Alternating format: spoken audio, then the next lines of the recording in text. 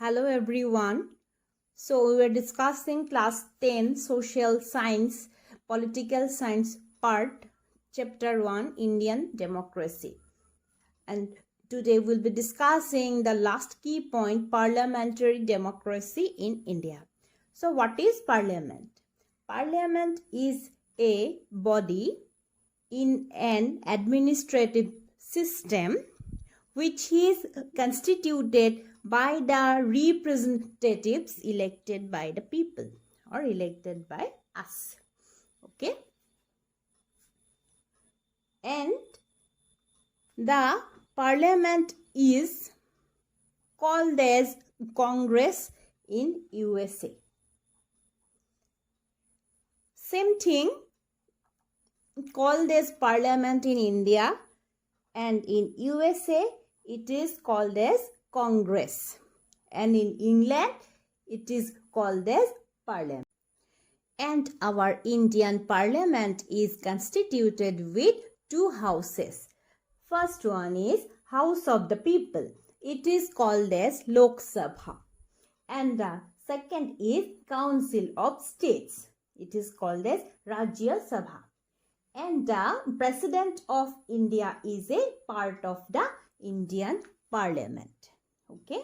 We can say in short that the democratic system where the Parliament is given utmost importance, it is regarded as the parliamentary democracy.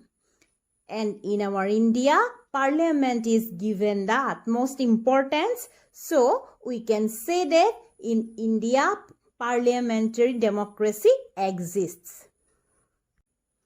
Another important thing is that Indian parliamentary system has been influenced by the parliamentary system of England.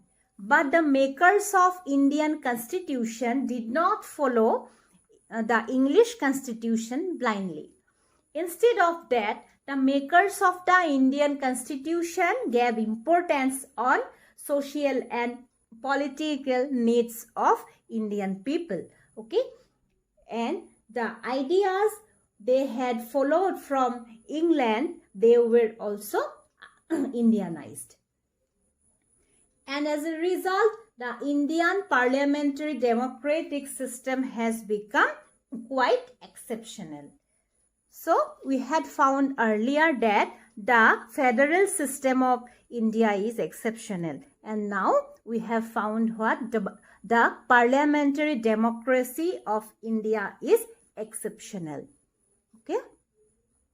Now, we will found some differences between the parliamentary system of India and the parliamentary system of England. The first one is the parliamentary system of India makes India republic, but the parliamentary system of England is not a republic. Okay. Number 2.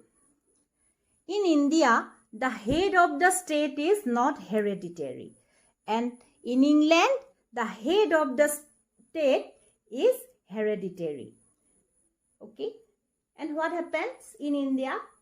India's head of the state is a person elected by the people. But in England, its king or queen is hereditary. Okay. So number 3.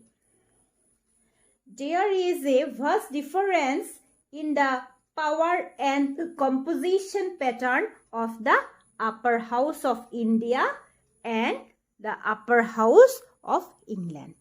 So, in India, the upper house is called as Rajya Sabha. In England, upper house is called as House of Lords. Number 4. In India, the parliament is not so powerful. But in England, the parliament is the most powerful. Okay. So, we have found that there are so many differences between India's parliamentary democracy and England's parliamentary democracy.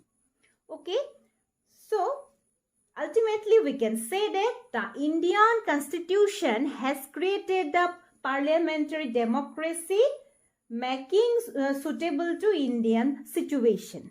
Okay, so Indian constitution has created the parliamentary democracy as per India's environment. Okay, and it has been able to present India as a distinguished parliamentary democratic country in front of the whole world. So it is about the parliamentary democracy of India. Okay, so we can declare that the discussion of the chapter has been finished. Okay, so in your next classes, I will give you the answers of the questions from your exercise. Okay, so it's the time to leave you. Thank you.